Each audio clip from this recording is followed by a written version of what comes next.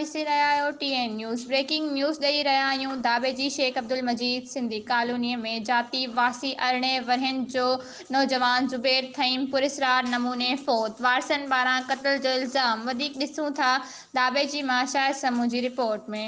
दाबेची जे इलाक़े शेख अब्दुल मजीद सिंधी कॉलोनी में सुबुह फजर महिल जाती वासी 18 वरनि जो नौजवान ज़ुबैर वलद अमीर बख्श थईम जो जाती वासी सैयद बिरादरी इस्माइल शाह जे घर मां पंखे मां टंगियल लाश हथ।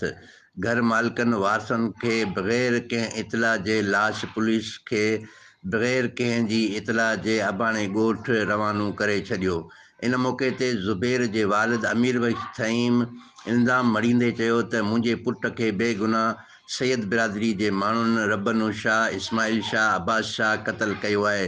ॿिए पासे क़त्ल इल्ज़ाम हेठि आयल रब्बनो शाह ॿुधायो त ज़ुबैर अहमद सुबुह फजर महिल असांजे घर में चोरीअ जे इरादे सां घर में घिड़ियो आहे, जंहिंखे सोघो करण तां दिलि बर्दाश्त थी पंहिंजो पंखे में रओ विझी ख़ुदकुशी कई आहे। राब्तो करण ते SHO दाबेची ॿुधायो त वधीक जांच करे रहिया आहियूं। पोस्टमार्टम जी रिपोर्ट अचण खां पोइ वधीक कार्रवाई कई वेंदी। आख़िर इतला मिलण ताईं वाक़े जो को बि केस दाख़िल न थी सघियो आहे।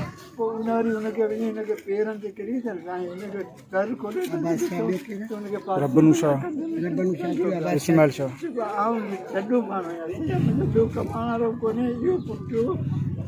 चोर हुजो माइटन के पान मुझे फोन कई आ गए सुते तो मुके जी बाबा ये मसलो थियो चोर आयो मुके धक बका घर सब आया पर वो मुका धरा तो बड़ा भी छोकरो ना तो हाने गाड़ी खणी होयो और भी ना गड होयो मुझे पुछण मकसद यो है गाड़ी जडे ही विशाल तीर्थ लगे ती आ घर वना तो ओ ही खत्म थी यो ही उते रह जी ही गाड़ी खणी। कैमरा टीम सां गॾु शाहिद समूह TN न्यूज़ दाबे जी।